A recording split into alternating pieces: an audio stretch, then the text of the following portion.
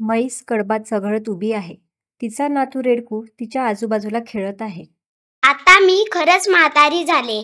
हा कडबा काही चावेना मला. अरे बाळा, माझं एक काम करशील? हो, सांग ना. ही कडब्याची पेंडी तेवढी नदीपलीकडच्या कडबाकुट्टीवरून कापून घेऊन ये, म्हणजे मला कडबा नीट चघळता येईल. दे मला पेंडी बांधून. एक रिकामं पोतं सुद्धा दे कुट्टीसाठी. आता कापून घेऊन येतो. म्हैस रेडकाच्या पाठीवर कडब्याची पेंडी बांधून देते.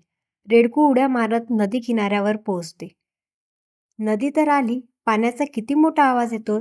पाणी भरपूर दिसतंय. मी जाऊ शकेन का नदी ओलांडून? कोणाला विचारावं बरं? ते इकडे तिकडे पाहते. बैलकाका नदीजवळ चरताना दिसतात. त्यांच्याजवळ जाते. बैलकाका, मला नदीपलीकडच्या कडबाकुट्टीवर जायचं. आजीसाठी कडबा कापून घ्यायला. पण मी नदीच्या पाण्यातून जाऊ शकेल का? नदीत पाणी जास्त दिसतंय. मला भीती वाटतंय. अरे, काळजी करू नको. गुडघ्या इतकंच तर पाणी आहे. आरामात जाशील. रेडकू नदीजवळ परत येते. पाण्यात पाय टाकणार तेवढ्याच झाडावरची खारुताई त्याला हाक मारते.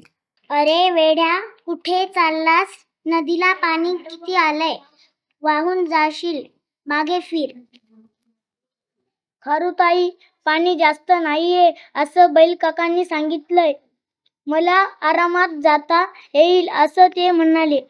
मुळीच नाही. कालच आमची एक मैत्रीण पाण्यातून पलीकडे जाताना वाहून गेली. असा वेडेपणा करू नको. मागे फिर. रेडकू विचारात पडते. गोंधळून जाते आणि घरी परत यायला निघते. घरी लवकर आलेले पाहून म्हैस आजी विचारते. नाही ग आजी, मी कुट्टीला गेलोच नाही. नदीपासूनच परत फिरलो. नदीला पाणी जास्त आलंय.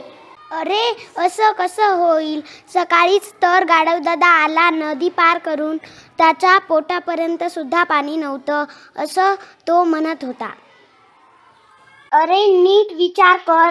बैलकाका किती उंच आहेत अन खारुताई किती बुटकी आणि छोटी. मग तिला पाणी जास्त वाटणारच ना. पण खारुताईपेक्षा तू मोठा आणि उंच आहेस की नाही, मग तुला घाबरायचं काय कारण? खरंच की, आलं माझ्या लक्षात. आता घेऊन येतो तुझ्यासाठी कडबा कापून. ते उड्या मारत नदीकडे जाते. रेडकू सावकाश नदी पार करते. पलीकडच्या काठावर पोहोचताच आनंदाने गाणे म्हणत कडबाकुट्टीच्या दिशेने जाते.